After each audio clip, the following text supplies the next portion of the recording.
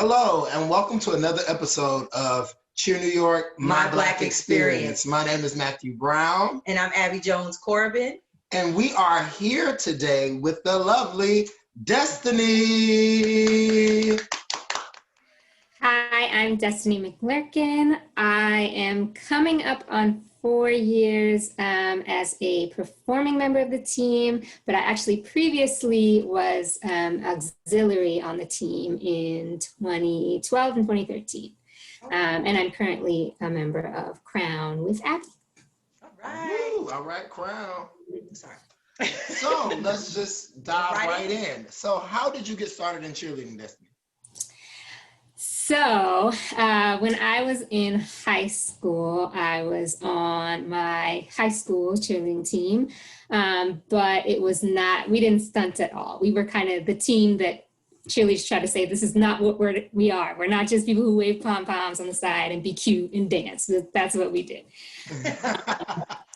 And so I had never stunted or, done anything like that. I did the jumps, the old school jumps where you swing your arms out like that. That's and then in college, I was kind of interested in trying out, but I just never ended up pursuing it, got busy with class and other stuff. And I kind of always regretted not doing it in college. Once I got past college, it was like, well, now you're an adult, it's too late to kind of start learning these kind of things. But I just always had this just deep regret. I wish I had done it, while I could. And this sounds a little weird, but I used to have dreams, while I was asleep, I would dream about being a cheerleader. And then I would wake up and be like, why do I keep dreaming this?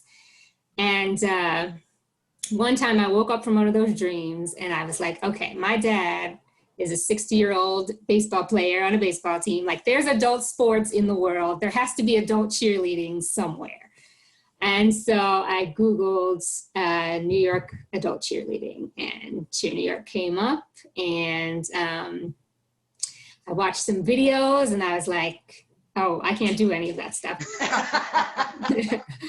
But, the tryout, the information said no experience necessary. So I was like, okay, I'll try out.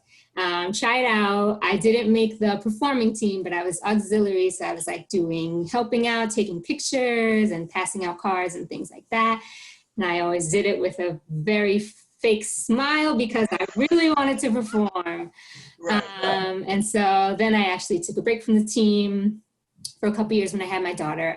But when she was old enough, when she was a toddler, and I was like, okay, I can go away on Wednesday nights again. I'm going to try out again, and tried out again. And here I am. It was my destiny.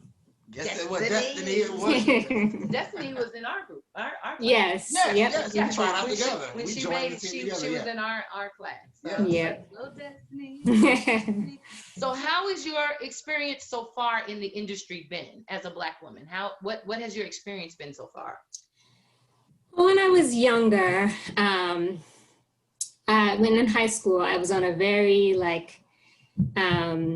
almost all Black, sort of HBCU inspired, stomp and shake kind of team.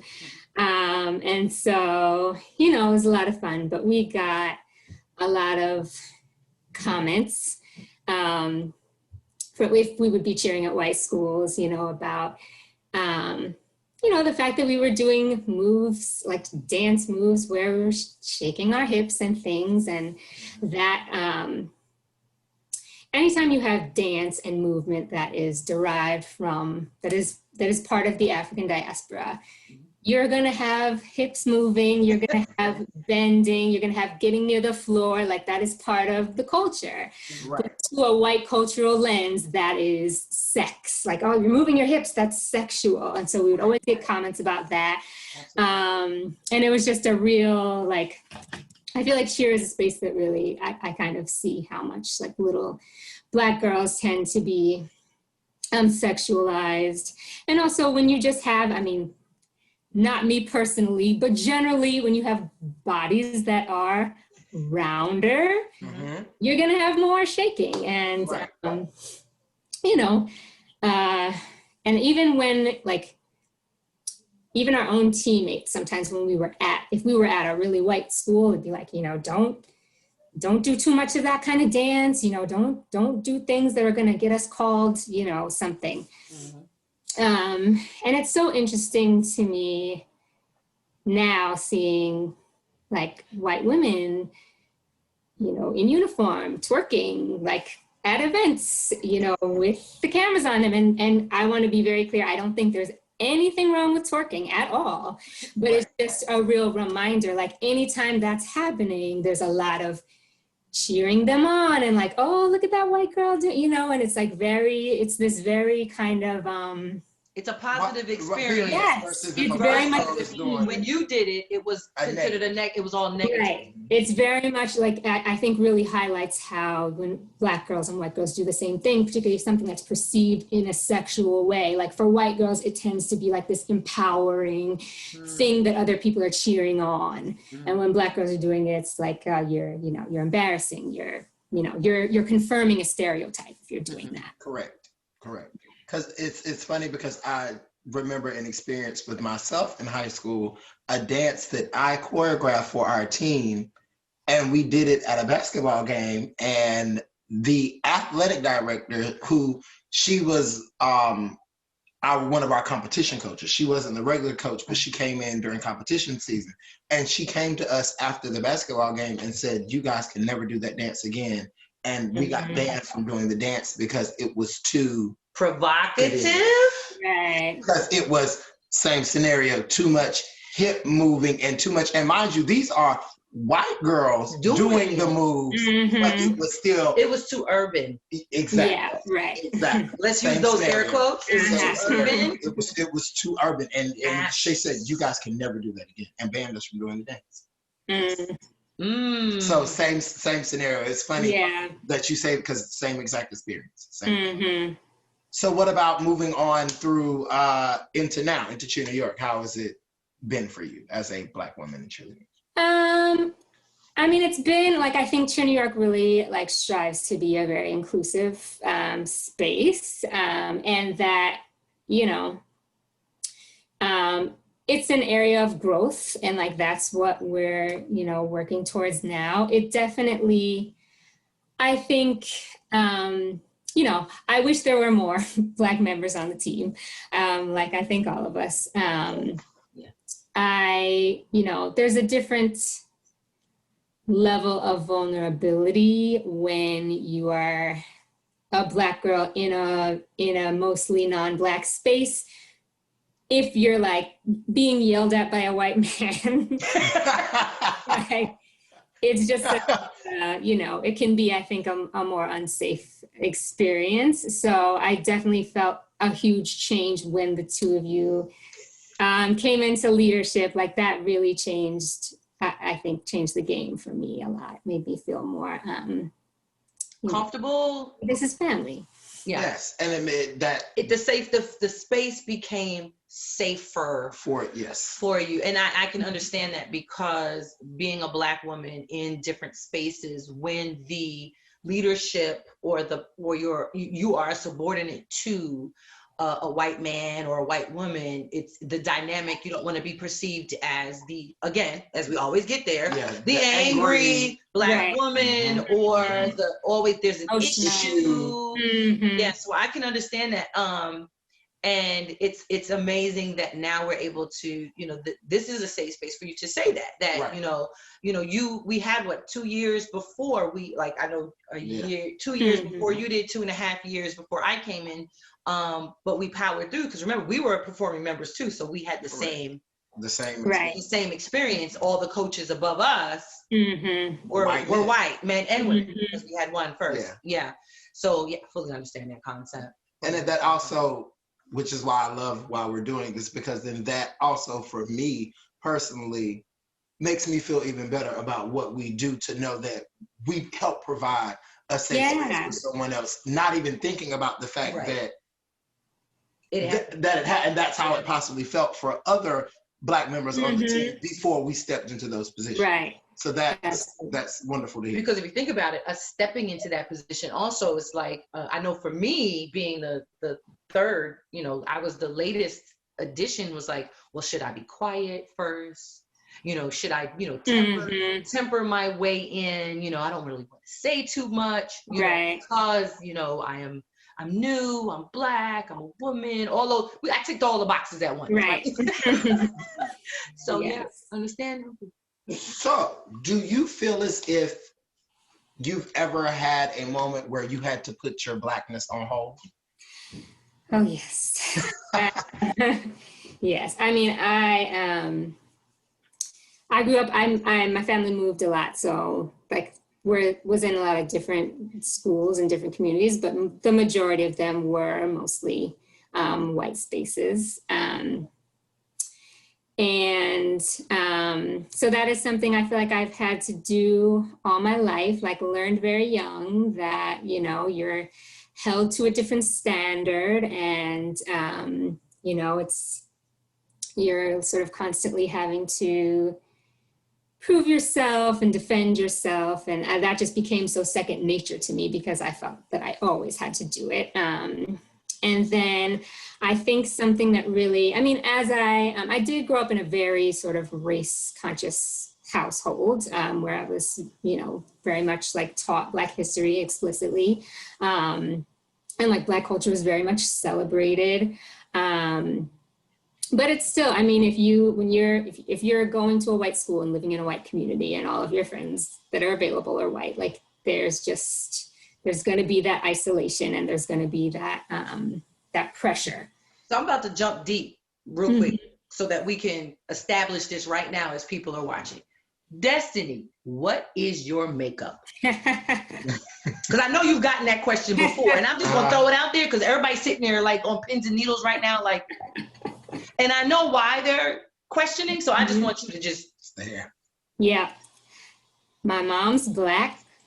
My dad's Black. My parents are Black, and Black. And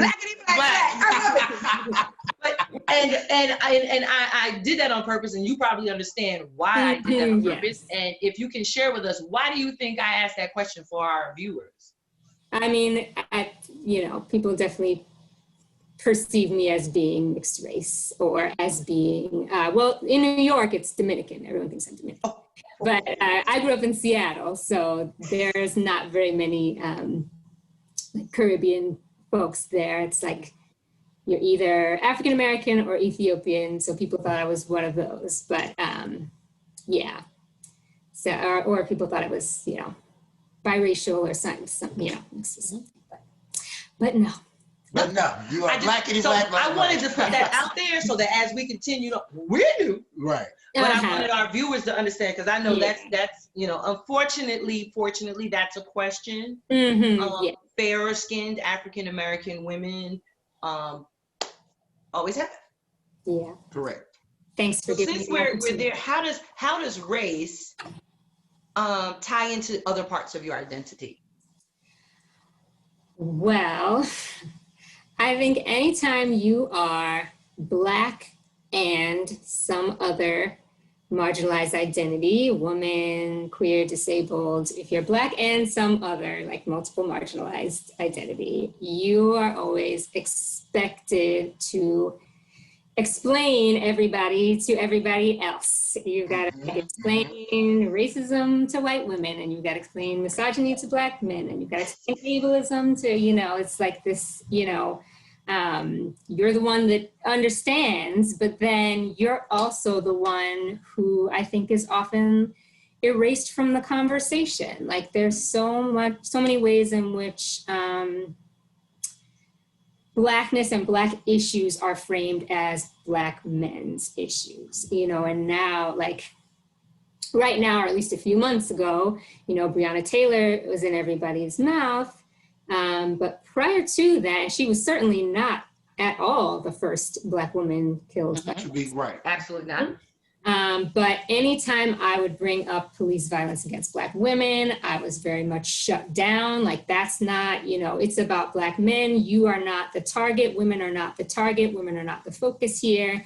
And the same thing with women's issues. Women's issues are very much framed in terms of what white women experience. Like anytime you talk about motherhood, you have all these, discussions about you know, having it all and being a working mom versus a stay-at-home mom. Like Black women never had those options. No, you were working. We've been working since we got here, you know? Right. There's so there's very much sort of like, you have to fight your way into like, I'm part of both of these communities, you know, and also like you're kind of the bridge for everybody else to understand. Absolutely. Yes. Which plays into the point of how we always get back to the point of Black people are tired because you have to play so many different roles and do so many different things to then, like you just stated, be excluded from the conversation after teaching and having to educate. Inform. Now you educated me and you informed me, but you don't matter. Right. But thank you for educating me and informing me. And you need to have like an endless, you know, endless energy to keep doing that. What? Tell me about it. Because you're a mom, not only do you have to, you know, take care of your daughter, teach your daughter, you're a teacher, teach other students, teach adults around you, but also be that person for your daughter if she's to come to you with the issue. Correct. Other people are going to come to us. You know, everybody wants comfort and explanation, and we're that person. And like Mac always says, I'm always like, we tired. Right. We've been doing this for years, and it doesn't seem like it's going to stop. But we have this inner strength or something that because it becomes, like you said, second nature. We become used to it as it becomes our norm. And it shouldn't have to be our norm. Right. We're trained to it, and our mind trains itself that that's what we have to do. Survival. Survival for our sanity. Yes. You know, not just, you know, survival, you know, for monetary house, for our own inside, you know, personal sanity, like you said. And we always have not just one thing, but there's that other piece, that other marginalized part we may have, you know. Not just Black, but we're a woman. Not just Black, and we're queer. Not just Black, you know, something else. We're tired, and after doing all of that, then when emotions start to show, then we're angry and crazy. Right. Can we get a break? Yeah, it's like it just it doesn't stop. It doesn't stop for us. You know, we go to sleep, we wake up, we go to sleep, we wake up, and this is the space. So you said you grew up in a household where Black culture was celebrated. So when was the first time that you acknowledged your race? I don't think I would have a pinpoint, because I feel like it was just something that was always, you know, my mom worked very hard, particularly because she knew that, you know, I wasn't around other Black kids at school. So she tried really hard to always, you know, give me every Black book she could get her. We went to see Alvin Ailey, like any show that's coming, we're going to it, you know. And just really work to kind of instill that sense of pride. And my father's household too. My godmother is actually Malcolm X's oldest daughter, Attila Shabazz. So it's just a very this is always, you know, and for you to say that to me in my mind, and when you were talking a moment ago, I was getting ready to say, wasn't it Malcolm X said that we are the Black women is the most disrespected. Yes, like Beyonce had it. It was at the beginning of because that's his statement. He said we are the most disrespected person, you know, in America. Like we are at the bottom. We are at the bottom. Is the Black woman, and for you to say that is even like, yeah, I'm there with you. I'm all about that. Yeah, I feel like the first. I mean, you know, so being Black in like at home was always, it's this beautiful thing that we're proud of. But I guess I could say the first time I like recognized that it wasn't that for other people was I was in second grade, and you know, I had my little white best friend, and she's like, she said, come with me. I want you to meet this boy, some boy from another class. I didn't know. She's like, okay. I'm like, okay. I follow her across the playground, and there's this boy, and she goes, I don't remember his name. She's like, ha, this is Destiny, ha, and she just starts crying, laughing. And I'm like, okay. And then he goes, oh, and he walks away. And I'm like, what's happening? And she says, I told him you were a beautiful white girl. And I was like, oh, like this is what Black means to other people. Like it means a negative thing. It means ugly. It means something bad. Yeah, so it was. You weren't a beautiful white girl because you're a beautiful Black girl. Like, okay, I mean, wow. That's in second grade. That's, yeah, I mean. But that's sad to go to say that people, even back then and even still now, are instilling that type of negativity and hate in children. Into children. Because they had to have learned that somewhere. Somewhere they picked that up.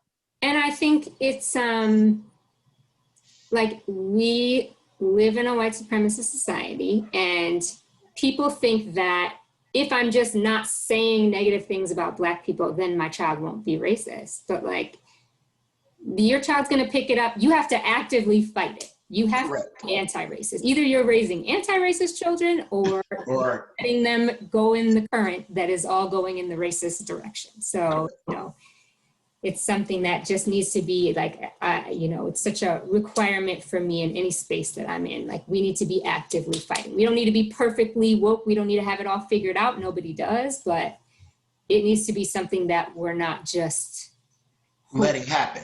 Because, and that comes in with actually acknowledging it, because a lot of people have that thought of, because I don't say, oh, I don't like Black people, that means I'm not racist, not acknowledging the microaggressions, the biases that you actually have, which is why nothing moves forward. You have to actually acknowledge and say, these things are happening so I can work on them and actually make them better. If you just continue to say, oh, I'm not a racist. Because silence is saying that it's okay. Correct. Exactly. When you don't speak up, you're allowing it to continue. You're agreeing with it by not saying, because I'm not a racist. Because I'm not a racist. Or maybe I just don't have to deal with it. It's not my problem. Because I'm not a racist. Like, your silence is not golden. Nah, it's not at all. No, I don't know where they got that one from. When you went to college, did you go to a predominantly white school as well? No, I went to an HBCU. Well, I went to 2 colleges, but my first college was an HBCU, and that was exactly why I was like, I am done with this, having to prove myself in school. I'm done being the Black girl. And that was, I think, a lot of people, I mean, HBCUs are super diverse. People are coming from everywhere, but like a lot of people, that is why they went there. Went to Hampton University. It was just a beautiful place. Yes. And I think that is, you know, it's such an important experience to be able to be somewhere where you're just around other Black people. You're all like kind of working towards your goals. Especially in that kind of time of your youth where like you're figuring out who you are and you're kind of experimenting with being sort of an adult, and just being able to, you know, be surrounded by Black elders that you can go to, you know, for advice and encouragement and representation. Correct. Yes. And the second school was a predominantly white school. So just very quickly dive into that for me. How different were those experiences? Oh my. They were very different. I I don't have many regrets in my life, but my biggest regret is that I did leave my HBCU. And not that the other school wasn't, you know, it had great qualities, but it was interesting. So my second school was Wesleyan University, which I don't know if folks are not familiar with it, that, you know, they call it diversity university. It's considered this like very liberal sort of lefty type of school. That's, you know, all about inclusiveness, and there's a committee for everything, and, you know, and it's a place where I think people learn a lot, but it's very, well, my experience there was that like, we're talking about all these values of diversity and inclusiveness, but like people are not going and talking to the people next to them. Like if somebody is, you know, sitting by themselves, are you like gonna go talk to them? Are you like being friends and, you know, sort of living together and collectively? It felt like there was a big separation between this is what we say we value and this is what we're really doing. So it was a lot of talking and not a lot of doing. Right. And I mean, there was activism, but it's like, that's different than like how you actually live your life, your day to day. Correct. You know?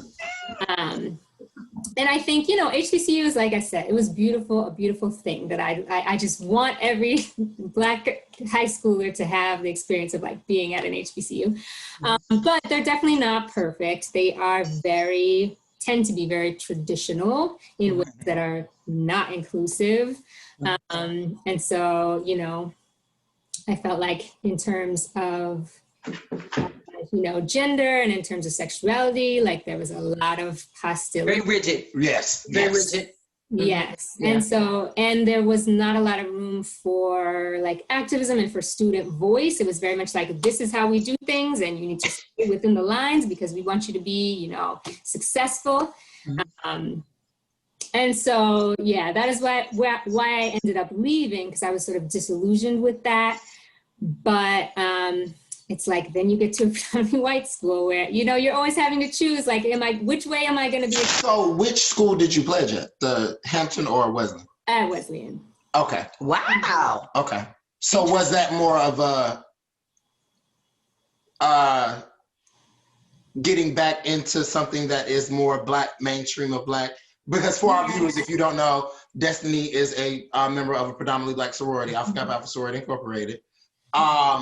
So was that like kind of your way of being at a predominantly white school, but I'm gonna pledge, and that kind of puts me back in that mind frame of predominantly Black? Is that? Yeah, definitely. I was always seeking out just circles of Black people. It also, it's like there's a lot of different sort of differences between different regions. And so at Hampton, obviously the Black sororities are huge. I mean, the chapters are huge. And at Wesleyan, they were very small. And so it didn't appeal to me as much to be in sort of a huge group as much as in a small group, where it was like very close knit and like everybody from the different groups knows each other. And so that kind of got me more like, oh, it appealed to me more in that sense. But yes, it was definitely, Greek life was kind of the space where like we found our Black like haven at school. When is the first time that you experienced prejudice because of your race? So I feel like there was not an explicit like, you know, explicit racism, like I wasn't called the N-word or something, but there were a lot of incidents when I was, again, very young, maybe like second grade, third grade, where just if I got into any kind of an argument with another child, I was always considered the aggressor. And it didn't. What? Welcome to my world. I had one time, second grade, I'll never forget it, a little girl literally slapped me in the face. And the teacher said, well, you shouldn't have been bothering her. And like I continued to have these incidents where like those would be violent, would be bullying. Like it didn't matter what they did. If I was upset, being upset was the problem. If they cried, it was, oh, we got to take care of them. If I cried, it was, you know, you're disrupting class with this noise. And, you know, I did learn to really just stop complaining about it, because I just realized like, oh, you're, you know, always wrong. Protected here. Mm-hmm. Like I said, I think in our first one, I was Storm Cloud 1 and my girlfriend was Storm Cloud 2. No matter what happened, it was always, we were on the wrong side of whatever was happening, whether it was somebody doing it to us. So I thought it was just us, but again, Seattle and East Coast and West Coast, same exact experience. She explained same thing. She was, if it was any situation that she was involved in, she was always looked at first. Everything was always her, the aggressor, the problem, the issue.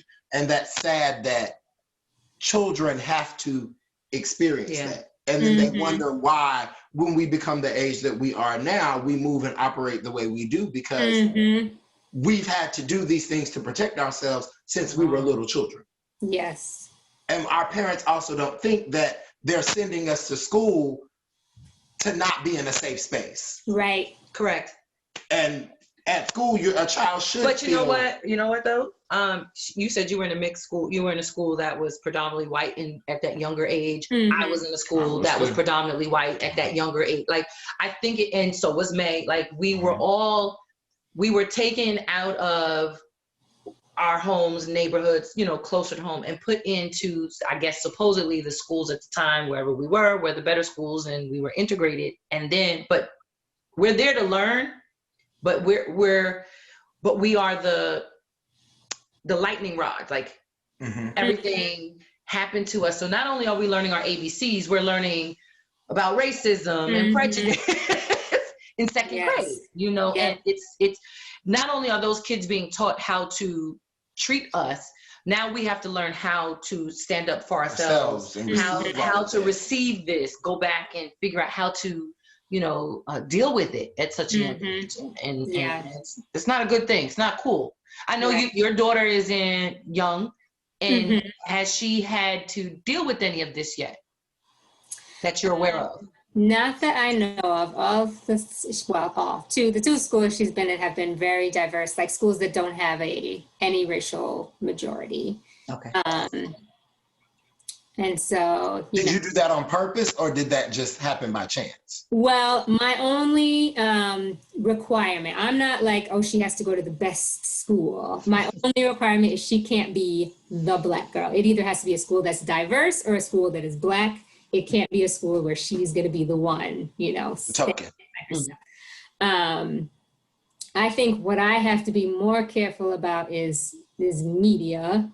Because I really try to like have her, you know, watch shows with Black characters and things, but you know, she wants to watch Frozen and Rapunzel like all the other girls and stuff. And so, you know, the beauty standards, like she has said, you know, I want to have long golden hair. And I was like, oh, no. That's not happening in this house. Like, you need to the beauty. I know we don't get paid for this, but watch Jingle Jangle. Yes, we did. Yes. I loved it too. Her hair was everything. Yes. I don't even have a child of that age, and I just watched it for myself. Oh yeah, I would definitely watch it by myself.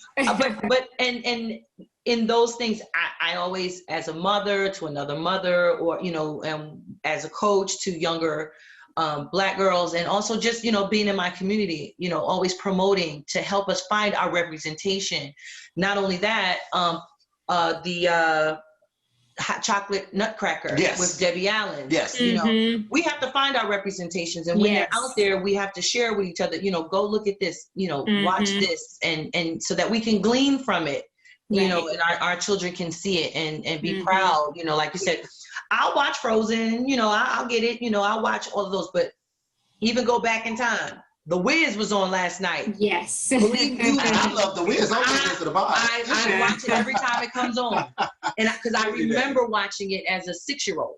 You know, and I didn't realize I was that young, because it was so clear to me to watch Glinda, Lena Horne, Diana Ross, Michael Jackson, Nipsey Russell, all of them, you know, the dancers, you know, so that we could see, you know, and share, you know, what, you know, our culture is, and know that, you know, we're not always the angry Black woman. You know, we're not always that. Absolutely.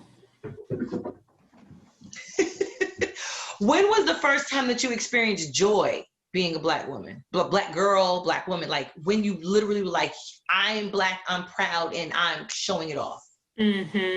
I think probably church was just always a space of like cultural Blackness. Like that to me was the place where I got to go and like be around other Black children, and you know, we got to sing and dance and eat soul food and be you. Yeah, and talk about, you know, my church was very, you know, we're talking about Black history. We're talking about, you know, people think there are not Black people in Seattle. There is a long history of the Black community in Seattle. It's being gentrified now. And of sort of the activism that's happening in the community, always around the church. And so, like, anytime. Because there's a lot going on right now in Seattle. That's one of the hot spots. Yeah, definitely. Yeah, so that community is tight knit. It's there. Mm-hmm. And I love that because I had the same answer whenever I did my interview, and that was my question. I gave the same answer. Oh yeah, church. Yeah, that. So I completely understand where you're coming from with that. Completely. It wasn't my first place, but one of the places, because that's. If we look back in our history, that's when we did our community came together. Yes. Every, we always talk about Sunday. Of course, we had other days of the week, but it was always Sunday, and it was enriched, and it was an all-day experience. And that's where everybody wonders why, I remember eating dinner at church. Like, I remember that. Like, there was a lot of times after church, you just commune together downstairs. Oh, let's go down to the fellowship hall and you have dinner. You might have dinner at home too, but there was always, either it was a bake sale or, something, and being in the choir, or mine was Girl Scouts choir, basketball, cheerleading, like everything was, the community came together at the church because that was our one space. Yeah, that was our space. So who do you think has inspired you to be happy within your racial identity? Definitely my parents. Like I, said, my mom's always been just very passionate about, instilling pride, in particular in Black children, and in, wanting better for the next generation. Like, she always is like, I don't understand people who are like, oh, these kids today have it so easy. And she's like, yeah, you don't want to be going through the same struggle generation after generation. You want it to be easier. You want the next generation to have more resources, the next generation to have more freedom, to be more, see more value in themselves and all of that. And so I think that's definitely something that I have taken with me as an educator. Like, always trying to, equip the children to have a, to be able to resist, and to be able to, love themselves and build strong communities. And then my dad was always very big on, like, me understanding historical, like the sort of historical context. Like, he had me watching Roots very young, and would vet, and he was very, like, he's very much like me in that we're both the kind of people who are like, listen, this is something that needs to be confronted. And it's not about me wanting to fight, but like, this is something that needs to be, it's not going to get better by ignoring it. And maybe takes it a little far, but like, would show me, would talk to me about violence and like the history of, like, what Black people have gone through and how slavery has, evolved, and the connections between slavery and mass incarceration, and in which, there needs to be a particular narrative about what it means to be Black in order to justify that. Why? So we have to say, oh, Black people are, they're subhuman, they're criminal, these are things that need to be done to keep them in line, because what you need is to be getting rich off of their labor. And like, made sure that I just understood that from a very young age. You see prisons full of Black people, that is not about Black people. Right. That is, you need to understand always the context of this. And so, yeah, that's just something that's always been important to me, always been kind of my foundation. As I listen to you talk about what your mom said about when people say that this generation has it easier, and she's saying we want each generation to be easier. I'm torn as a mom, because yes, I want it to be easier, but I also want them to understand the struggle and to have the strength, and not just think everything is going to be easy and handed to them. So it's that delicate balance of, yes, I want you, and like I tell other people about my kids, I would rather be upset that I have to yell at my child about take out the garbage or wash the dishes, you know, something like, and not worry about, you know, whether they're in the street or think that that's where they need to be, or where are they tonight, or why are they, you know, why do they think that that type of lifestyle is better for them? So it's like a temperament. I don't want to spoil them in a way, but I also don't want it to be everything is so hard all the time, you know. And I think as Black mothers especially, we're always on a tightrope. Like we still we're always gonna be tired. We're on a tightrope all the time because we want better, but we also want them to have that backbone so that they can fight through what's really gonna happen to them. And I think your father had that. He had that, I'm pushing you to context to be strong, and your mom was like, I know, but you know, it should be easier for the next generation. So I get it. I get it. So how do you showcase your pride in present day, pride in destiny, being a Black mother, a Black cheerleader, a Black educator? How do you show pride in all these things? I mean, it is just so special and important to me. Just Blackness is, I'm just in love with it. I'm in love with it today. I'm in love with Black genius. I'm in love with Black culture, and just want to like always learn more and more and more. I mean, the reason I got into education was because, like I said, I moved a lot. And while most of my schools were predominantly white, I also went to predominantly Black schools, and I saw the difference between what kind of things were available, what kind of, you know, education was available, what kind of ways that children were spoken to within the school. And that was my, you know, that was always my motivation. I want, you know, our children to have all the resources, all the opportunities. And I want to instill that pride in them that, you know, that was instilled in me, and also, you know, protect them or teach them how to resist the ways that, you know, I was experienced depression as a kid. I think that, you know, I definitely hear everything you're saying, Abby, about sort of Black motherhood. I think it's just so, there's always so much trauma and so much fear in dealings between Black adults and Black children, because we're so, you know, we want to protect them.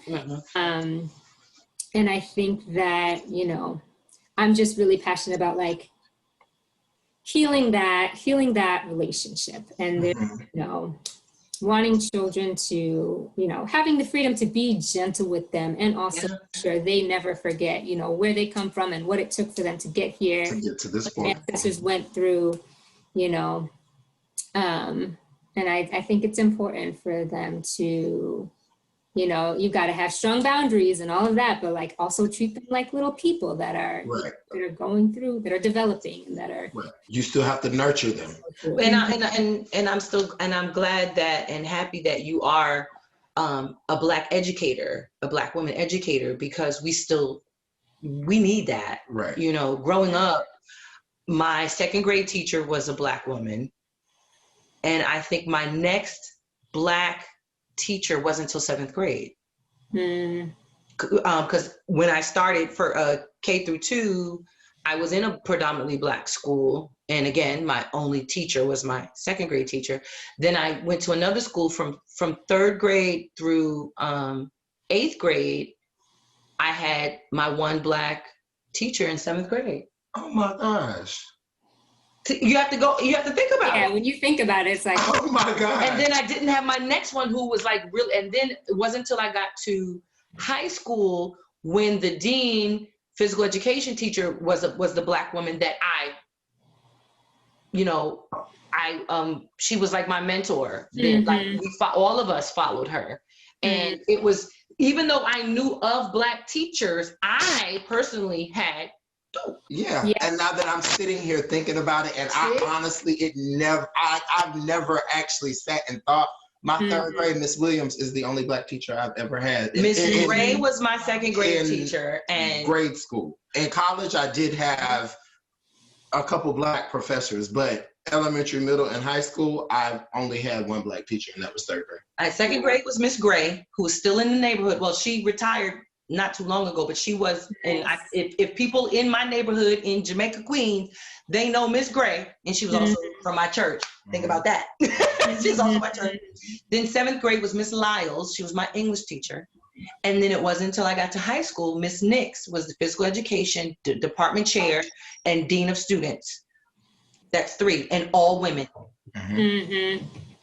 All women. And so that, and as looking at you, and I know that the profession of Black women back in the day was education. You know, Hampton, full of teachers, Howard, full of, you know, that was where you went. HBCU grads became teachers.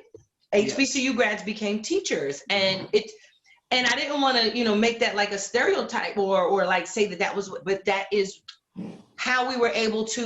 I mean, my mother's a Black educator. Mama Brown is a Black educator. Her sisters, my aunts, they're all educators. Whole legacy. Educators.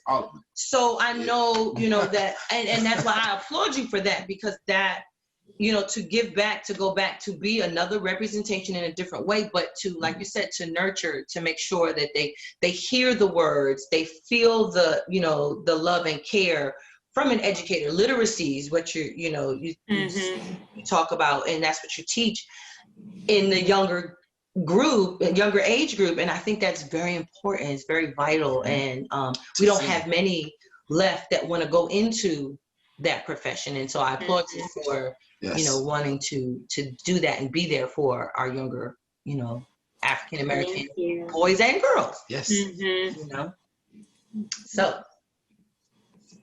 yeah. What's your one word? Give us one word, just one word that expresses your Black girl magic.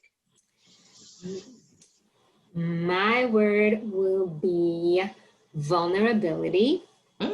That's different. Because yes, it is. I do not think that we have to be strong all the time. I don't think that we have to take care of everybody else and sacrifice taking care of ourselves.